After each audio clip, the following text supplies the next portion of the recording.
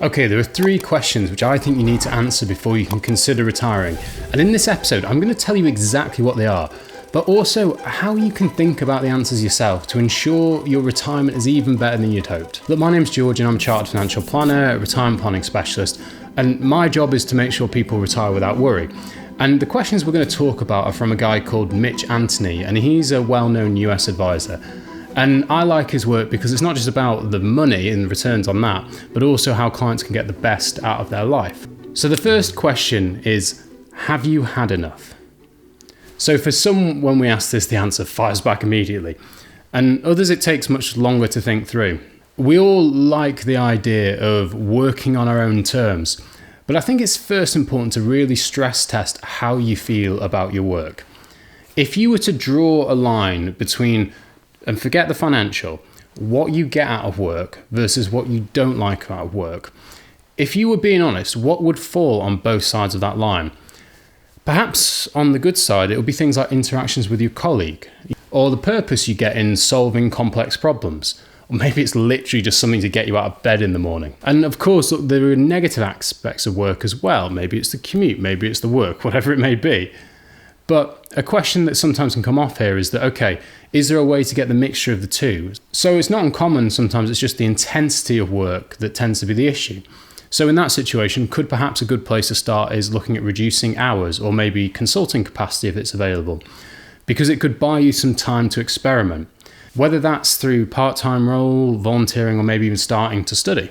But ideally, you need to start thinking and planning at least 10 years prior to retirement. And ask yourself the questions, look, what do I love doing? What inspires me? And what am I good at? What knowledge have I accumulated that I wish to pass on? All we're trying to do here is we're just trying to understand, what point are you on that decision-making journey before you look to make the decision? Because it could be well the case that changing your situation is better than giving it up. And if it is a full stop, then that's absolutely fine. But at least then we're being truly intentional with it.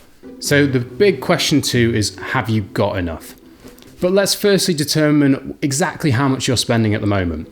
And the very best way to do this is to monitor it over a period of time, and then don't exclude things like one-offs, because extra unforeseen costs have a real habit of repeating themselves. So the first stage when I'm planning with clients is we need to really understand what's coming into the house financially and what's going out. And that can give us an idea of how that might change over time. But here's a pro tip. If you want to start out without the spreadsheets, just work out what your income is after tax as a household, and then look to what you're saving or investing. That is the simplest way to work out what your lifestyle costs are now. And then we can then adjust that if we know things are going to drop off, like maybe a mortgage or stopping helping kids at uni, whatever it is. It's just trying to understand the 3 levels of expenditure. And the first bottom level is kind of core needs, and that is the basics, what we need to maintain a decent quality of life. I would say, look, things like the gym, basic entertainment, that does fall into that because that's just basic stuff. But beyond that, we've then kind of got more the discretionary. So, maybe for you, 1 holiday a year is core, but this might be, for example, additional holidays, going out shopping a bit more, entertainment, whatever floats your boat. And then finally, it's lifestyle. And this is the bucket list things. Very important, potentially, but things that may potentially be compromised on if things don't go to plan. So I'm going to dive into a little bit of modeling, and just before I do, why don't you subscribe to the channel? Look, there's a ton of helpful retirement content here, and I would really love to have you on the journey. Okay, so this is just a very quick walkthrough on cash flow modeling, and I just want to kind of talk to you about some of the considerations that we think about when we're looking at someone's retirement planning. And in my view, the only way you can ever answer the do we have enough question is by working it through on cash flow modeling. There are some reasonable spreadsheets and so forth out there, but unless you can really stress test different growth rates, unless you can look into the tax position, I find that they often sometimes can be a little bit inaccurate, which is not what you want when it's coming to your retirement. So what I've done here firstly, you'll probably notice down here you've got expenses. I'm not going to do anything complicated here. I'm just going to go, right, this is one person. I've called them an example. They are age 60. And we're just going to walk through a few things. This is when I'm talking it through with clients, one of the first main screens I like to show. Because when we just say, right, just give me a rough expenditure, it's okay, it doesn't have to be detailed at this stage. Let's say they come back and said, okay, about £25,000 per year. This basically just shows, you might be wondering, what does red mean? It's because we haven't entered any assets at the moment, any pension provisions. But basically the reason why it's climbing is just because there's an assumption of 3% inflation, which is pretty reasonable over a long period of time. If I was to neutralize it this way, that would basically flatten it out effectively. So this is just changing it to real money. But the reason why I like to start without flattening it out, because all the planning is always done in inflation adjusted terms anyway, is just because it tells us one simple thing, which is, look, there's a problem in your retirement, and it is the fact that your expenditure needs are going to go up year on year. And we need to make sure anything we do, that we are planning effectively for that, and that you are not going to get to this point, and because your assets haven't grown sufficiently, run out of money. Because here you can probably return to work, here at 80 you probably can't. So the average state pension at the moment is about £10,600 per year for this tax year. So let's quickly go and add that in. So what you can see now we've got the state pension, which is the cash flow model is saying the blue is effectively that the state pension is kicking in. So now is all the fun parts about collecting, and for the vast majority of people, they've got lots of pension pots with lots of different providers with a host of different rules. So say it's final salary, so maybe you're a member of the local government pension scheme. We need to understand, okay, when is the best time to draw your pension? If you've got other defined benefit pensions when there's part of the planning, is it best to take the tax-free cash or just the pension on its own? Let's say all the charges are 0.75, and let's say the balance is £250,000.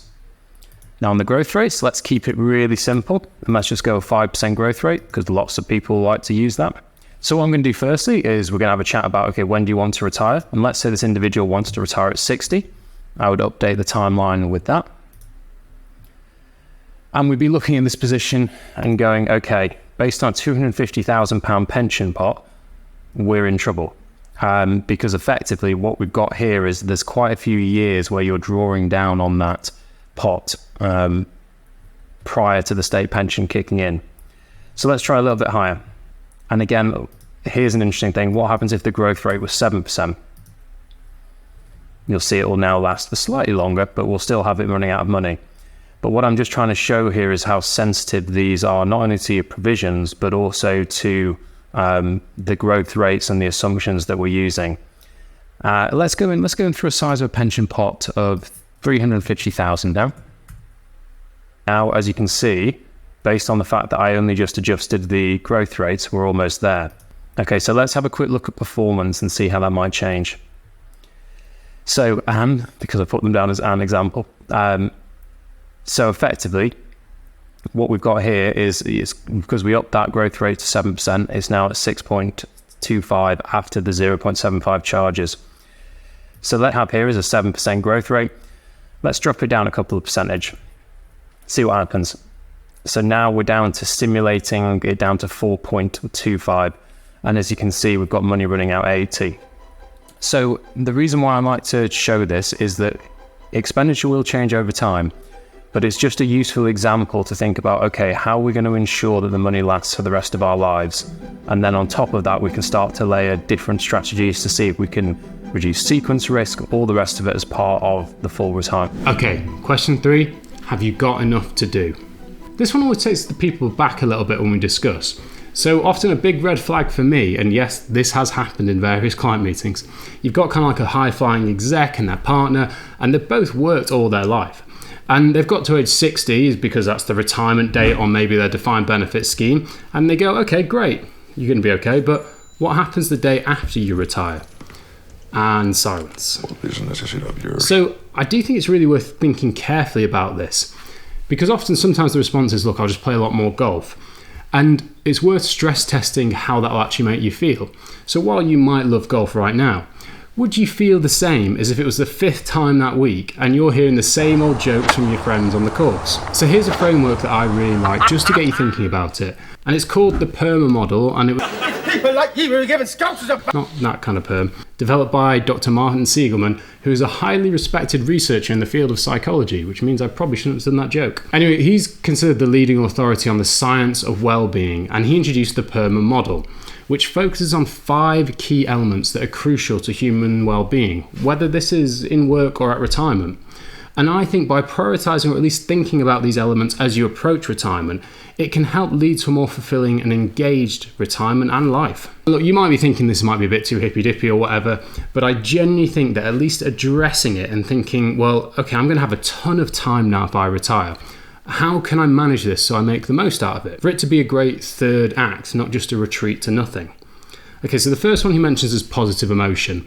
And this is the element we're probably most aware of when we consider the concept of happiness. And a focus on positive emotion isn't just about trying to be super happy all the time, because that's unrealistic. It's about trying to cater experiences that bring us joy, excitement, or some fun. So for you, that might be thinking about perhaps a hobby or an activity that gets you going and in a positive mindset. For me, one of the big things has always been going to the gym and exercising. I've always found that if I do that, I'm feeling so much more positive about things and it gives me more energy. So number 2 is engagement. And they say time flies when you're having fun. And that's because when we're engaged with something, we're actively participating in activity, and our bodies flood with endorphins and hormones, which improves our mood. And it creates that feeling of flow, which is an immersion that just engrosses in an activity. And it's important to think that when you stop work, we don't want to lose this feeling. Number 3 is relationships. And this one, I think it might be self-evident, but it's important not to overlook it. We're created to belong. At the end of the day, you've got hundreds of thousands, if not millions of years of evolution when we used to be, in tribes. So we need to ensure that we continue to engage in that emotional and often physical level, and that our connections aren't lost, because they can have a really critical role. I'm going to put a stat up here about smoking and loneliness. I'm just going to put it here, top of my head. But look, having that human connection actually can be one of the biggest things you need to do for longevity. So 4 is meaning. And we need to think our acts are useful and significant to a degree, or at least that they're making a difference for something bigger than ourselves. And having something with a bit of meaning can give us that significance. And that doesn't just have to mean charity work, it can be mentoring someone, maybe you've got a lot of knowledge accumulated in your industry. It's just trying to find what work might give you purpose. And number 5 is achievement. Whether it's that kind of delight, pride, or feeling we get when we have succeeded in our life goals. And if we're able to continue to set and achieve goals, it increases our sense of effectiveness and our well-being. And that can give us inspiration to start new goals and just have that feeling of progression. Look, I think if you can answer those 3 questions, you have the foundations of getting retirement right. But I haven't actually talked about how much money you need to sustain an income over retirement, or what your pension pot will give you. This is actually one of the biggest areas that most get wrong. So if you are concerned about that, you could really do with watching this video. Either way, very grateful for you watching. See you next time.